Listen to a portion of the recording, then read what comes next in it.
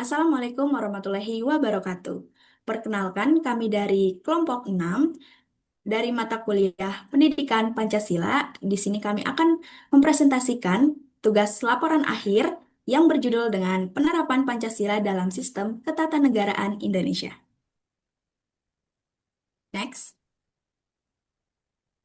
Nah, di sini kami adalah perwakilan anggota dari kelompok 6 dengan saya sendiri, Sheila Nandita Putri.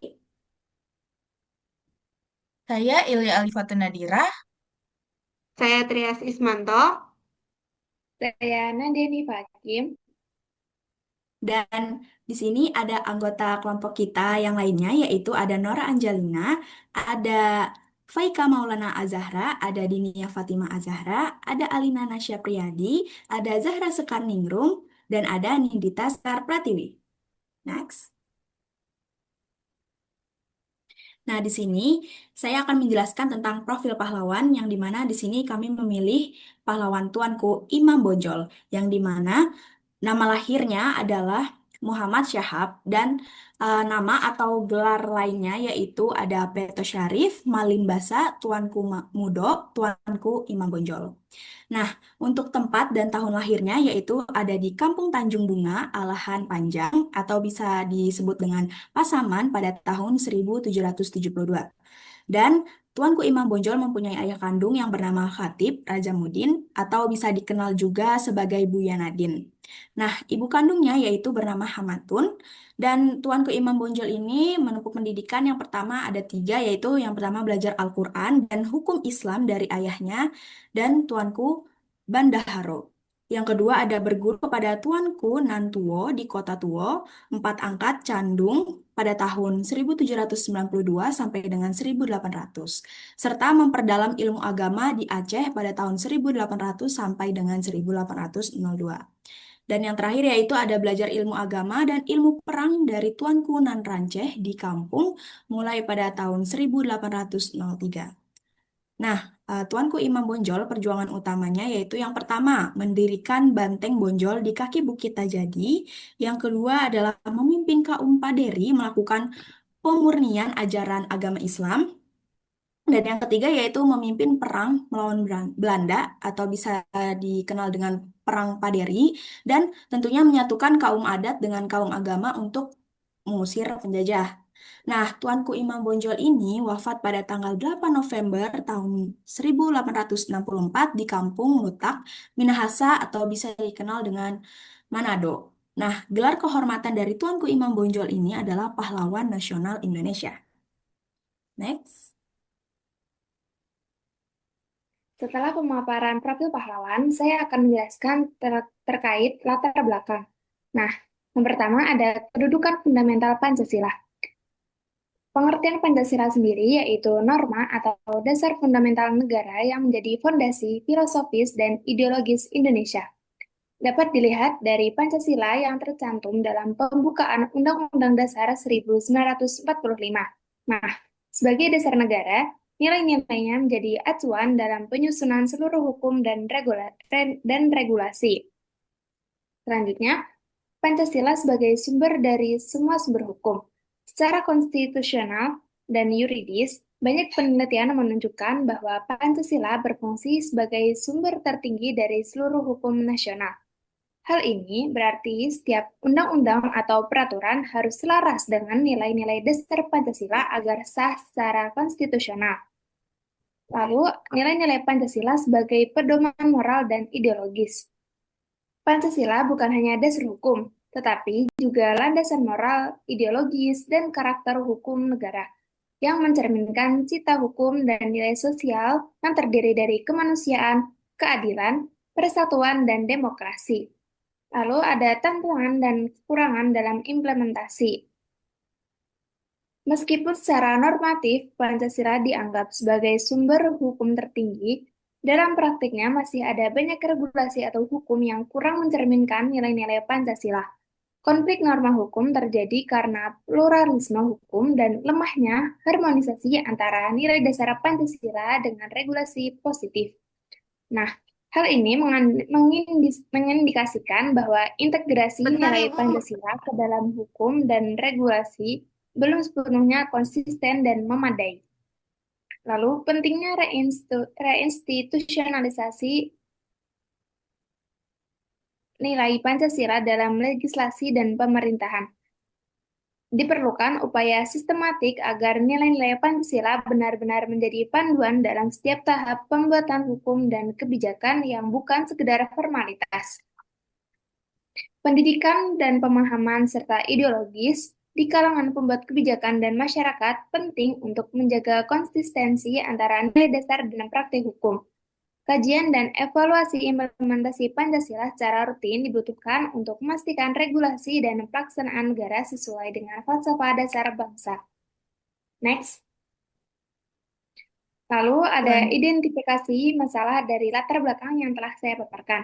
Yang pertama ada internalisasi nilai Pancasila dalam pembentukan regulasi masih belum optimal, sehingga beberapa aturan belum mencerminkan kemanusiaan, keadilan, dan persatuan. Yang kedua, masih ada ketidakharmonisan antara nilai dasar Pancasila dan pelaksanaan sistem ketatanegaraan, terutama dalam kebijakan publik. Yang ketiga, ada perubahan politik dan struktur ketatanegaraan pasca amandemen Undang-Undang Dasar 1945 belum diikuti dengan penguatan penerapan nilai Pancasila dalam lembaga negara.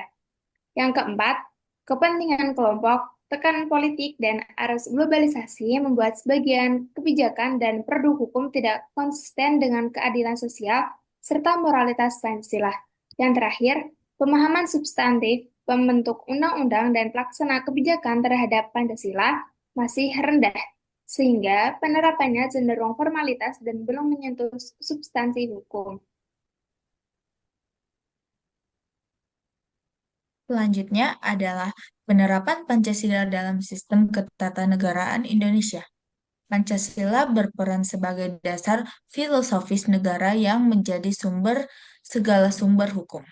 Sistem ketatanegaraan mencakup pembagian kekuasaan secara proporsional antara lain ada lembaga eksekutif, lembaga legislatif, dan lembaga yudikatif dengan prinsip checks and balance berbasis musyawarah dan gotong royong. Presiden menerapkan sila keempat Pancasila dengan kebijakan yang penuh hikmat dan kebijaksanaan,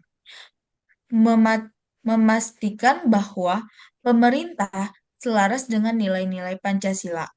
DPR sebagai lembaga legislatif mewujudkan sila ketiga dan keempat melalui proses musyawarah dalam pembentukan undang-undang yang mencerminkan prinsip persatuan dan demokrasi sebagaimana diharapkan oleh Pancasila. Di bidang yudikatif, khususnya Mahkamah Konstitusi. Sila kelima Pancasila diimplementasikan melalui yudikatif view untuk membatalkan peraturan perundang-undangan yang bertentangan dengan nilai-nilai Pancasila sebagai sumber hukum tertinggi. Selanjutnya, contoh dari penerapan sila pertama dan kedua adalah upaya sosialisasi nilai-nilai tersebut untuk mengatasi intoleransi dan memperkuat kerukunan beragama dalam masyarakat dan ketatanegaraan. Pancasila sebagai ideologi bangsa memegang peran penting dalam pelaksanaan sistem ketatanegaraan Republik Indonesia dari perspektif hukum kontemporer dengan pendekatan metode deskriptif analitik. Nilai-nilai Pancasila mulai mengalami pelunturan akibat penurunan ketaatan hukum dan munculnya penyimpangan praktik dalam negara hukum sejak masa proklamasi hingga era reformasi. Hal ini memerlukan evaluasi mendalam agar Pancasila tetap berfungsi sebagai pemandu tertinggi atau lintas dari hierarki tatanan hukum nasional yang mengatur susunan jabatan fungsi kekuasaan hukum.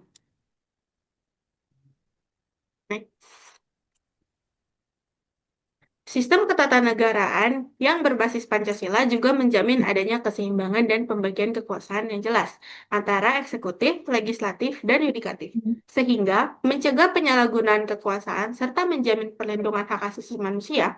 Selain itu, Pancasila menjadi pedoman utama dalam menghadapi dinamika global dan domestik, sehingga sistem ketatanegaraan Indonesia mampu beradaptasi tanpa kehilangan jati diri dan nilai-nilai luhur bangsa.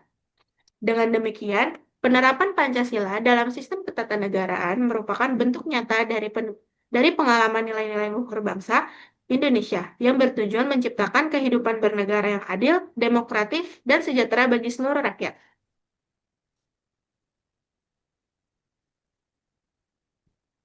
Selanjutnya ada kesimpulan. Berdasarkan hasil pembahasan, dapat disimpulkan bahwa pertama, pa- pertama, Pancasila merupakan dasar negara dan sumber segala sumber hukum di Indonesia yang harus menjadi landasan utama dalam penyelenggaraan ketatanegaraan. Dan kedua, sistem ketatanegaraan yang berbasiskan Pancasila mengatur pembagian kekuasaan antara lembaga eksekutif, legislatif, dan yudikatif secara proporsional dengan prinsip musyawarah, mufakat, dan checks and balance. Ketiga, implementasi nilai-nilai Pancasila masih menghadapi tantangan. Keempat, dinamika politik pasca amandemen Undang-Undang Dasar 1945 dan pengaruh kepentingan kelompok serta arus globalisasi menjadi hambatan dalam penguatan nilai-nilai Pancasila di dalam kebijakan publik dan produk hukum. Dan terakhir yaitu adalah rendahnya pemahaman substantif pembentukan undang-undang dan pelaksanaan kebijakan terhadap Pancasila menyebabkan penerapan nilai-nilai tersebut masih bersifat formalitas dan belum menyentuh substansi norma hukum. Baik, selanjutnya selain ada kesimpulan, yaitu ada saran, yang dimana sarannya yaitu pemerintah dan lembaga negara itu perlu memperkuat pendidikan ideologi Pancasila secara berkesinambungan agar pemahaman nilai-nilai Pancasila ini semakin substansif dan nggak sekedar hanya formalitas. Nah, reformasi konstitusi derivatif pasca amandemen UUD 1945 juga perlu didorong untuk memastikan harmonisasi peraturan dengan Pancasila disertai pengawasan kelembagaan yang kuat pastinya. Sosialisasi nilai-nilai Pancasila juga harus diperluas guna mengatasi tantangan seperti intoleransi, korupsi, dan kepentingan politik, sehingga sistem ketatanegaraan Indonesia tetap demokratis, adil, berkeadilan sosial, dan adaptif terhadap dinamika global tentunya. Next.